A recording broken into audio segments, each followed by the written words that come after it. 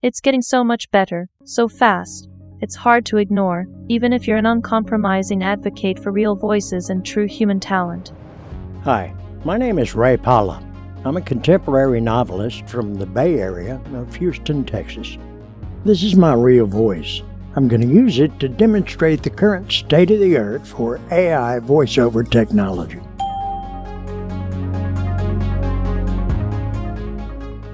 Hi, my name is Ray Pala. I'm a contemporary novelist from the Bay Area of Houston, Texas. Did you notice the mispronunciation of the last name? That can be corrected, but it takes time to get it right. Hi, I'm Ray Pala.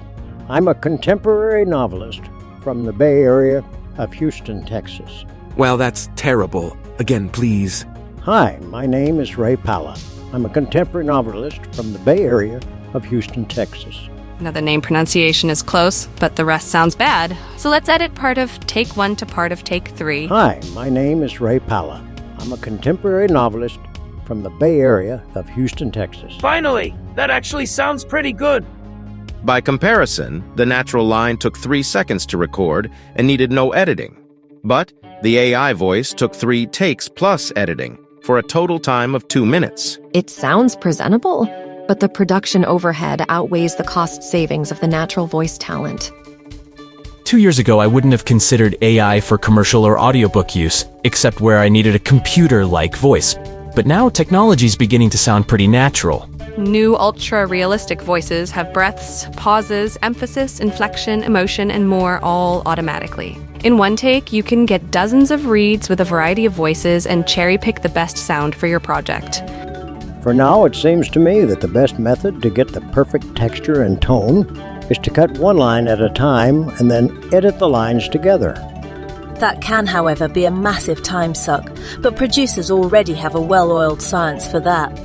Producing an AI 60-second segment can actually take longer than doing it with a human. And of course, you still need the producer. That leaves the only real savings for AI with the cost of voiceover talent. A natural voice can cost $50 to $100 per minute. A state-of-the-art AI application can run $20 to $100 per month. So you'll need to create several projects every month to make it cost-effective. In analysis, the length of time to both produce and listen to a book is a concern. If it takes 7 to 8 hours to read a book, it will take 8 to 9 hours to listen to it. Listener complaints point to even the best AI voice as sounding too fast. Slowing it down doesn't seem to be the answer, though.